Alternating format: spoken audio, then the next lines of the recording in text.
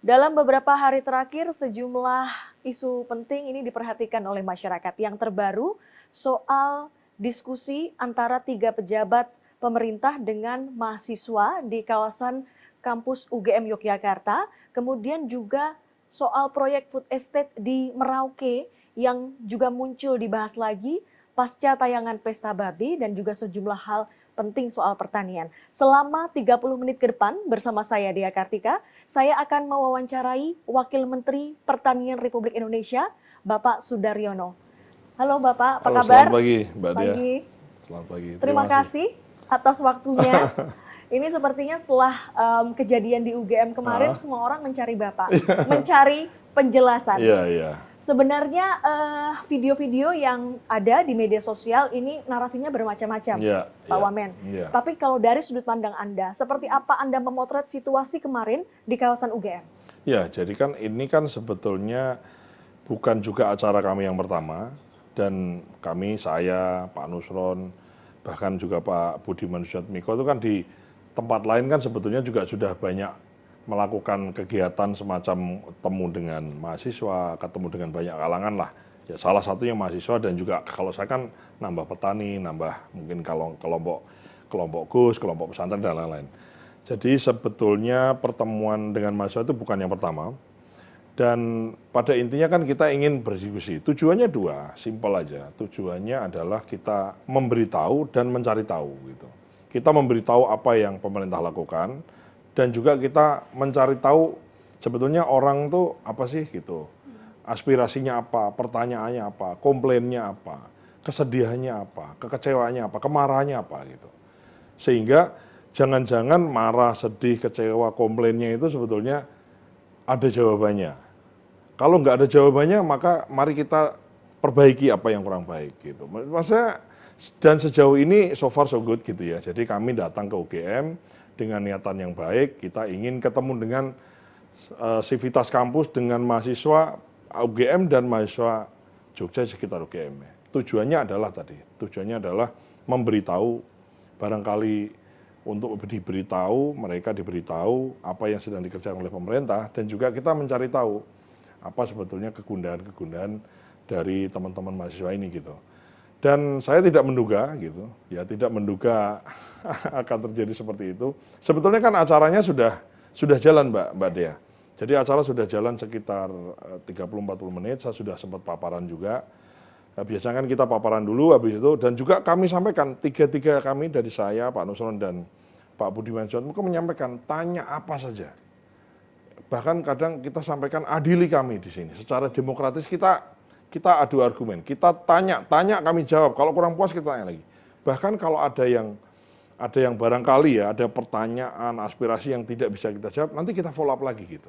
Ketua SEMA UGM kan menyampaikan ya di rilisnya bahwa diskusi itu tidak setara, begitu. Yang Anda pahami tidak setara itu terjadi nggak menurut Pak Wamen di sana malam itu? Enggak ada diskusi kan. Maksudnya diskusinya kan nggak ada. Jadi kejadiannya adalah kami datang, acara dibuka. Bahkan sebetulnya sebelum acara itu sorenya tuh ada acara-acara sebelumnya yang tujuannya itu tadi. Tujuannya adalah kita ingin lebih banyak mendengar, kita ingin lebih banyak tahu, sekalian juga barangkali pertanyaan yang dijawab gitu. Nah, kami datang, kami jelaskan, ya kemudian selang mungkin 30-40 menit kemudian ada sekelompok orang yang masuk ke panggung teriak-teriak. Dan itu bukan juga kejadian yang pertama, maksudnya di kejadian yang sebelumnya itu biasa orang masuk panggung teriak-teriak, nggak ada masalah, kita kasih mic.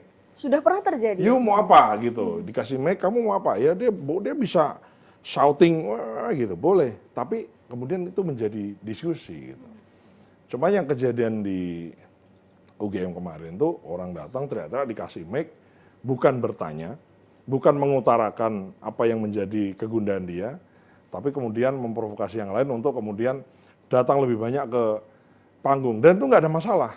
Datang lebih banyak pun nggak ada masalah. Yang penting niatnya adalah kita berdialog, berdiskusi dengan baik, ya kan gitu. Aktif mencari tahu kan nggak ada masalah juga.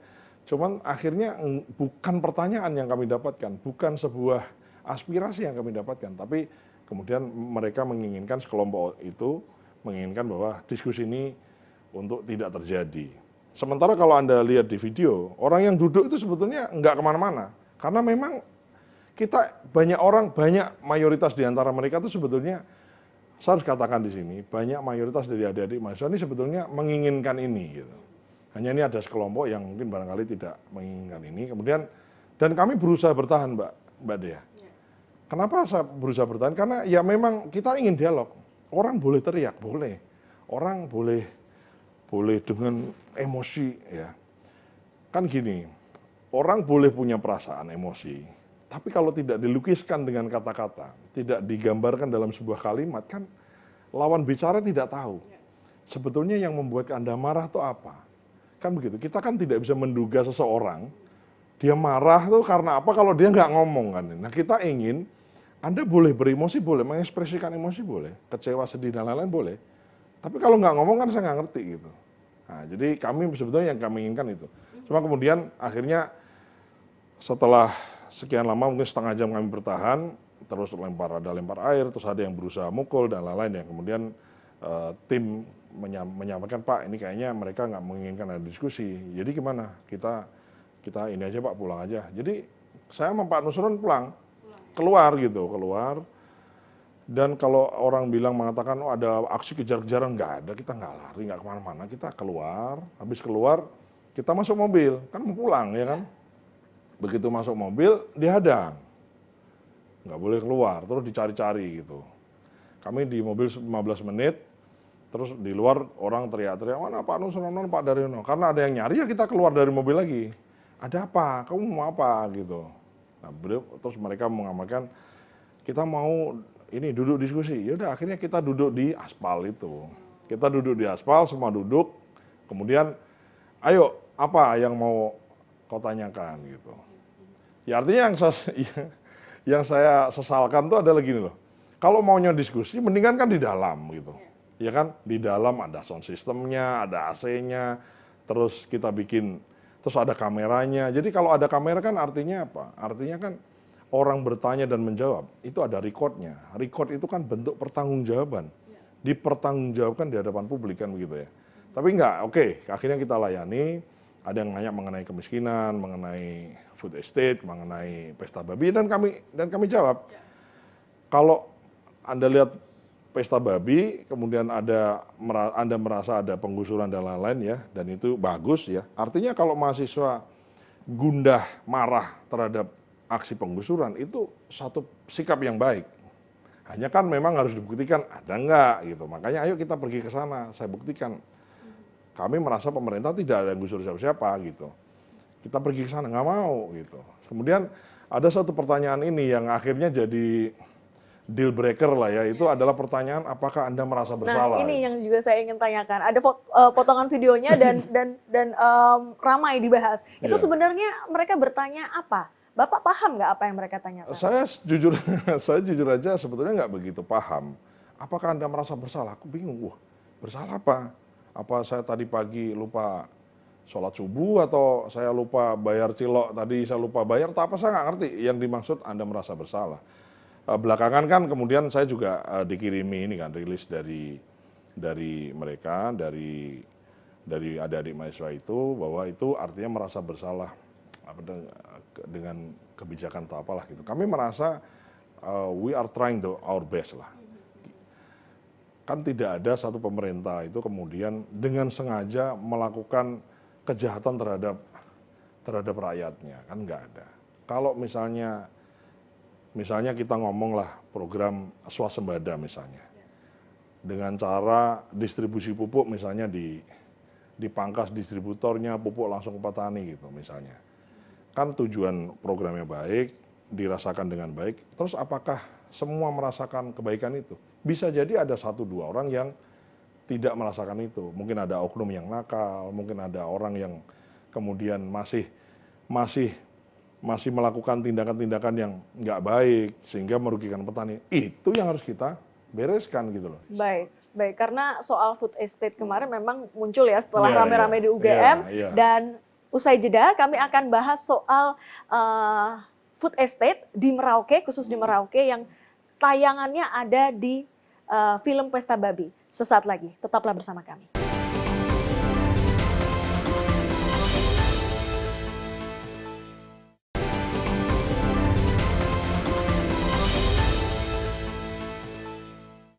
Ya, belakangan tayangan di film Pesta Babi ini menjadi perbincangan masyarakat Indonesia, terutama soal proyek kawasan pangan di kawasan Merauke. Saya akan lanjutkan perbincangan ini, Pak Wamen. Pesta Babi ini viral di mana-mana dan tentunya ini ada pro dan kontra. Saya lihat kalau di sosmed saya yang kontra dengan kawasan pangan di Merauke ini cukup banyak karena alasannya adalah salah satunya penggusuran. Seperti apa sebenarnya situasi ini dan respon pemerintah ketika tayangan film Pesta Babi ini muncul? Kan gini ya, kita harus pahami bahwa respon masyarakat atau khususnya responnya adik-adik ya, terkait misalnya film Pesta Babi, kemudian adanya dugaan penggusuran, terus orang jadi menderita dan lain-lain, itu satu sikap rasa gundah dan marah itu adalah satu sikap yang baik. Gitu. Artinya bahwa adik-adik mahasiswa ini punya kepedulian yang tinggi terhadap nasib sebagian masyarakat kita yang barangkali menurut mereka dengan proyek ini merasa tertindas. Which is itu satu sikap yang harus kita hargai. Ya dong, ya kan orang punya kepedulian harus kita hargai. Yang step selanjutnya yang harus kita lakukan kan memvalidasi dari adanya dugaan itu. Yang membuat seseorang karena punya rasa peduli yang tinggi kemudian dia care dan kemudian marah gitu, itu kan harus divalidasi kemarahannya. Sebab dari kemarahannya kan harus dicek, harus ditanyakan. Itu jugalah tujuan kami ketemu dengan mahasiswa itu kan gitu. Banyak hal gitu, bukan hanya food estate misalnya ya terkait MBG lah, terkait Komunitas Merah Putih, terkait swasembada, terkait apapun, ya terkait sekolah rakyat. Kan orang dengan mendapatkan informasi dari manapun, orang kemudian punya ekspresi emosi gitu. Which is itu suatu hal yang baik ya, orang punya kepedulian. Nah hanya perlu step berikutnya kan divalidasi. Validasi yang pertama kan ketemu sama pemerintahnya. Itulah yang kami inginkan datang supaya orang tuh memvalidasi. Sebetulnya kemarahan saya itu benar nggak begini Pak? Nah, sehingga kita jawab. Kalau dijawab saja nggak cukup, ayo kita pergi ke tempat di mana dugaan itu terjadi. Gitu. Kalau dia lihatnya dari film, misalnya Pesta Babi di Papua, ayo. Kemudian saya dan Pak Nusron kan ini dua-dua kan sebetulnya berurusan sama urusan food estate atau cetak sawah ini. Di Pak Nusron di perizinannya, saya di kegiatan cetak sawahnya. Tinggal ayo kita datang ke sana. Dan saya di tempat ini Mbak, kan ini ditonton banyak orang. Saya mengundang siapapun termasuk adik-adik yang semalam ya, itu kemudian barangkali mempertanyakan dengan penuh emosi itu, ayo kita ke sana. Siapa yang digusur, di mana ada yang penggusuran, dan kita lihat di mana orang yang tadinya baik-baik jadi susah, atau yang tadinya susah jadi lebih baik. Itu kita harus cek. Gitu. Itu yang kita inginkan. Jadi kami terbuka, dan kami di Kementerian Pertanian siap, ayo gitu. Bahkan saya berharap mungkin ada kelompok mahasiswa, kami ingin mengundang, kami jadikan semacam KKN begitu misalnya di tempat-tempat itu. Nggak hanya di Merauke Mbak. Kita cetak sawah di Papua Pegunungan, kita cetak sawah di Sarmi, kita cetak sawah di Papua Barat Daya, kita cetak sawah. Karena bupatinya baru kami kumpulkan, di sini oleh Pak Menteri dikumpulkan, bupati gubernurnya, mereka minta cetak sawah. Jadi cetak sawah ini begini, ini ada lahan, kemudian namanya CPCL, calon petani calon lokasi, diusulkan ke dinas mengusul ke kita. Itu kemudian kita cetak sawah. Yang dicetak sawah ini tanahnya siapa? Tanahnya orang, atas persetujuan siapa? Persetujuan yang punya tanah. Kemudian yang tadinya tanah nganggur, itu kemudian kami cetak jadi sawah. Terus setelah jadi sawah, punya siapa? Punya dia gitu. Pemerintah itu pamrihnya adalah produktivitas pangannya. Kami tidak pamrih untuk ngambil keuntungan di situ, kami tidak ada pamrih untuk gusur, orang digusur. Enggak gitu. Kalau itu tanahnya tanah adat, ya mekanismenya bahwa setuju. Setelah setuju cetak, kemudian punya siapa? Punya mereka. Gitu sih Mbak. Jadi ini barangkali perlu untuk disampaikan. Jadi bukan berarti kayak semacam orang bikin zaman dulu ya, bikin real estate gitu, terus orang digusur-gusur. Enggak, maksud saya enggak sesimpel itu gitu. Makanya kami merasa, ya sudah, kami di dalam waktu katakanlah 2-3 jam kami diskusikan, bisa aja orang tuh kan nggak puas dengan dengan penjelasan kan. Nah, maka ayo kita ingin ngajak ke sana. Pak Wamen, kalau khusus untuk kawasan pangan di Merauke, seberapa besar sih Pak kawasan pangan Merauke ini bisa mensuplai atau mendukung program swasembada pangan yang diinisiasi oleh Pak Presiden Prabowo? Ya kalau saya yang cerita kan jadi subjektif ya. Kemarin kami panggil ada Bupati Merauke dan Gubernur Papua Selatan. Beliau menyampaikan dengan adanya cetak sawah food estate ini, kan nggak juga ngomongin 3 juta tuh kemudian dalam 2 hari selesai kan. Ini kan tahun ini kita 2 tahun kemarin, tahun 2025 dengan 2026 itu kan total mungkin yang sudah kita cetak totalnya sekitar 60-an ribu dari target sekitar 70-80 ribu dan itu akan kita kejar. Itu Bupati menyampaikan bahwa satu harga pangan khususnya beras itu di Merauke relatif stabil. Nah, itu yang cerita Bupati dan Gubernurnya. Selain itu kan kami ingin membawa keadilan pangan ini tidak hanya di Papua Selatan atau di Merauke aja Mbak. Tapi daerah-daerah lain yang sulit kan juga oke lah. Mungkin kan bisa nanam umbi ya, kita bantu umbi. Bisa sagu iya, kita bantu sagu. Tapi banyak di antara saudara-saudara kita di Papua kan makan nasi. Itu tadi kelebihan nasi kan satu enak, yang kedua itu tanam dan panennya lebih cepat. Gitu. Ya kita bantu. Kita bantu dengan kita konkret. Gitu. Menurut saya, mohon maaf saya kalau boleh agak klaim ya, bahwa program pertanian itu adalah program yang paling mudah untuk kita bantu orang susah yang tadinya nggak makan jadi makan. Karena tidak butuh keahlian khusus, sudah ada penyuluhnya, jadi penyuluh pertaniannya ada. Bahkan kalau di Papua, mohon maaf, TNI dan Polri ikut terlibat dalam satu kegiatan swasembada ini. Gitu. Jadi harusnya sih no worries, ini bukan satu isu. Kalau memang ada pelanggaran, ya di mana pelanggarannya? Udah kita tindak aja. Kalau di situ ada pelanggaran hukum, ya kita harus laporkan secara hukum. Nggak ada masalah, Mbak Dea. Ya, dan memang selain padi dan juga pangan pokok, tantangan sektor pertanian Indonesia juga berkaitan dengan komoditas ekspor dan kebutuhan sarana produksi. Informasinya sesaat lagi, tetaplah bersama kami.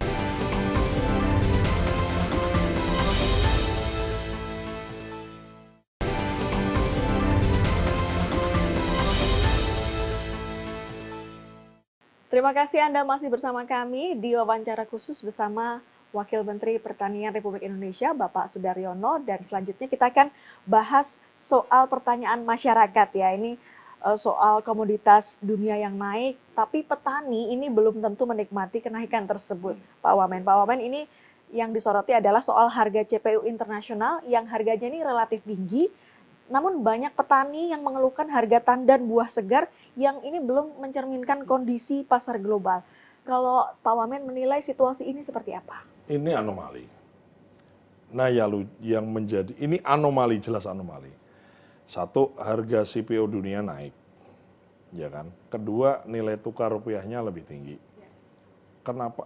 Artinya ini kan secara rupiah, itu kan artinya harga jualnya secara rupiah kan lebih tinggi.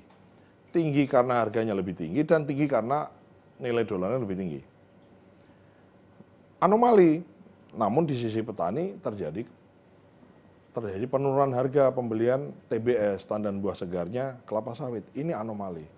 Pertanyaan saya juga kepada adik-adik, maksud saya kemana semua orang ini? Nggak ada yang protes kecuali petani. Nggak ada tuh advokasi terhadap petani sawit karena ada anomali ini kemudian memprotes kami misalnya, nggak ada.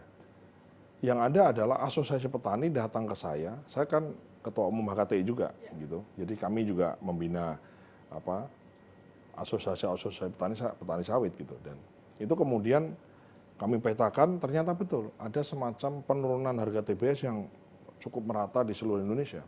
Ditambah keyakinan itu dari laporan dari gubernur-gubernur, bupati-bupati di daerahnya tuh TBS turun semua.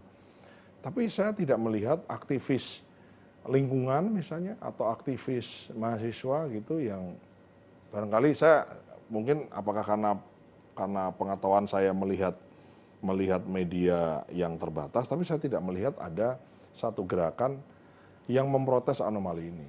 Pak Wamen, kalau dari sisi pemerintah, Mhm. apa saja yang dilakukan untuk memperkuat posisi tawar dari para petani sawit ini? Salah satunya adalah ekspor satu pintu sumber daya kita, salah satu dari tiga kan adalah sawit. Untuk diketahui saja bahwa kita adalah eksportir, jadi minyak sawit yang beredar di dunia ini 60% kira-kira berasal dari Indonesia. Jadi kita ini penguasa dunia. Namun sejauh ini harga itu tidak kita yang tentukan. Harga itu ditentukan di Rotterdam, sama harga ditentukan di Malaysia. Nah, kita yang harus menentukan harga itu. Tujuannya untuk apa? Tujuannya untuk memaksimalkan keuntungan negara. Dalam hal ini adalah kewajiban pajak, pungutan pajak, kemudian dan lain-lain. Tapi juga memastikan bahwa petani kita itu kemudian kita yang tentukan. Jangan sampai harga naik, harga turun, petani kita itu ngikutin harga yang ditentukan oleh entah siapa gitu. Selain sawit, ini juga yang ramai diperbincangkan soal pupuk urea ya, karena Iya. pupuk urea Indonesia ini kan menjadi komoditas yang diminati berbagai negara, Iya. misalnya India dan juga Australia. Lantas bagaimana pemerintah menjaga keseimbangan antara kebutuhan ekspor dan juga kebutuhan petani dalam negeri? Ya ginilah, saya kira kalau saya cerita terlalu detail, terlalu teknis kan intinya adalah pemerintah dalam hal ini BUMN pupuk kita dan Kementerian Pertanian memastikan bahwa pupuk untuk kebutuhan domestik itu yang diutamakan. Ya, jadi kan sudah ada rancangan rencananya, kemudian ada realisasinya. Nah, kami melihat ada celah atau ada kesempatan spare atau selisih yang diproduksi dengan kebutuhan dalam negeri itu yang kemudian bisa diekspor. Dan atas perhitungan itu kemudian kami ketemu dengan pemerintah Australia, kami juga ketemu dengan pemerintah India, termasuk juga dengan beberapa negara yang lain yang memang membutuhkan pupuk, dan sesuai dengan perintah Presiden dari Pak Presiden Prabowo menyampaikan bahwa domestik dipenuhi dulu, pastikan kalau sudah penuh dan ada alokasi yang cukup, maka Indonesia harus hadir untuk kita bantu negara-negara sahabat kita. Kalau stok beras Pak, ini kan juga sepertinya musim kemaraunya Ya. akan panjang gitu. Oke sih, aman sih. Jadi kenapa saya bisa katakan aman? Dua hal ya saya harus katakan. Saat ini di gudang Bulog kan punya sekitar 5 juta lebih, 5, sekian lah, 5,3, 5,4. Nah kemudian standing crop, artinya yang sekarang ini ada di sawah-sawah itu sekitar 11 juta ton kalau kita estimasiin semua. Dan yang beredar ke pasaran ini juga sekitar 11-an gitu. Jadi kalau di total kira-kira ada 27 juta ton. Dan 27 juta itu sama dengan kita tahan selama 10-11 bulan. 10-11 bulan. Artinya kalau ini yang beredar, yang ada di gudang dan panen setelah itu kita nggak nanam lagi misalnya, karena kemarau itu nggak nanam misalnya, kita tahan 10-11 bulan. Dan kalau kita lihat musim kemarau, itu kan paling kami prediksi tidak akan lebih dari 6 bulan. Sehingga dari hitung-hitungannya itu mestinya nggak ada masalah, nggak ada persoalan. Nah, kita juga sudah mendapatkan laporan dari BMKG bahwa tahun ini kemungkinan akan terjadi namanya El Nino Godzilla. Nah, kami dari awal tahun Januari tahun ini sudah mendapatkan warning itu, sehingga sudah kami antisipasi. Sebetulnya tidak kami antisipasi dari mulai di warning itu, tapi kami sudah antisipasi dari 2024, waktu kami masih jadi wamen di periodenya Pak Jokowi yang 6 bulan terakhir itu, sampai dengan sekarang. Intinya adalah bagaimana caranya sawah yang tadinya panen sekali, itu bisa panen lebih dari sekali dengan cara mendatangkan air di tempat yang kering. Sehingga sekarang ini dari tahun 2025 kemarin kita udah alokasiin sekitar 12 triliun, itu kita perbaiki irigasi-irigasi kita yang rusak, termasuk kita bangun yang baru, khususnya banyak di tersiernya itu sebetulnya di domainnya Bupati dan Gubernur kita perbaiki. Di 2026 ini kita alokasikan 14 triliun, dan seterusnya kita alokasikan sampai dengan bagaimana caranya irigasi kita ini betul-betul maksimal. Dengan begitu, yang tadinya sawahnya kering, itu kemudian di musim yang harusnya kering, itu kita bisa datangkan air. Kalau ada air, di situ ada kehidupan. Intinya orang bertani itu pupuk bisa kita bikin, di pabrik, ya kan, kemudian benih kita bisa beli, petaninya ada, sawahnya ada, yang nggak bisa kita ciptakan tuh air. Air hanya bisa kita manage dan kita datangkan, tidak bisa kita buat. Dan air itu sudah dipersiapkan ya Dan Pak ya? air itu sudah dipersiapkan dengan cara pompanisasi, kemudian irigasi permukaan, bor tanah, termasuk revitalisasi saluran irigasi kita di seluruh Indonesia. Apakah sudah semua? Belum. Maka kalau misalnya sekali lagi ngomentari adik-adik mahasiswa tadi, kami berharap ini diadvokasi. Ya, maksud saya diadvokasi petani-petani mana, di kelompok mana yang susah, yang menderita itu yang mana. Dan kami ingin tahu di mana ada petani yang kesusahan karena susah air. Dan selama ini kami dibantu oleh penyuluh, dibantu oleh sosial media, bahkan kami di handphone saya, itu setiap ada WA, saya screenshot, saya kirim untuk bisa di follow up.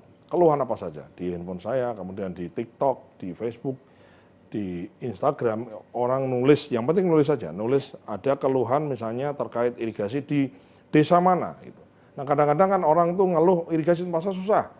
Nah itu di mana? Nah saya di forum ini kalau ada yang barangkali nulis komentar atau DM ke IG atau ke sosial media saya, tolong clear, keluhannya apa, kemudian di desa mana, kecamatan mana, kabupaten mana, kalau perlu ada nama dan nomor teleponnya sehingga bisa langsung di follow up. Intinya kami Mbak siap mencari atau menjemput masalah itu untuk kita selesaikan. Kita tidak mungkin bikin program kemudian bagus semua 100%, berjuta-juta beres semua, enggak. Ada 1-2 yang tidak baik kita perbaiki. Kalau ternyata melanggar ya kita hukum, itu aja, sesimpel itu menurut saya. Gitu. Jadi jemput bola ya, menjemput masalah ya, dan juga berharap adik-adik mahasiswa juga datang ke Pak Wamen untuk memberikan advokasi dan juga kalau mau protes langsung ya, boleh ya Pak? Boleh. Bahkan saya berkeinginan adik-adik yang kemarin protes misalnya, kalau ada kesempatan udah saya undang ke sini deh, gitu. Maunya apa? Mari kita diskusi di tempat yang baik, ya, tempat ber-AC, oke, gitu. Saya undang makan siang. Mari kita cari masalahnya apa. Jangan-jangan kegundahanmu itu hanya karena kamu tidak tahu. Atau jangan-jangan kegundahanmu memang itu betul-betul tidak dikerjakan oleh pemerintah. Maka mari kita kerjakan. Baik. Terima kasih Pak Wamen Sudaryono sudah menjelaskan peristiwa kemarin, terus kemudian juga meyakinkan masyarakat bahwa ketersediaan beras ini cukup aman ya sampai 10 sampai 11 bulan ke depan. Saya cuma ini aja Mbak, mungkin di tempat ini ya, saya tidak menyesal. Saya selalu optimis dengan adik-adik mahasiswa. They are the smartest and the brightest, dan saya siap jadi salah satu mentor gitu barangkali untuk kita menjadi bagian, kita menjadi solusi bagi permasalahan bangsa ini.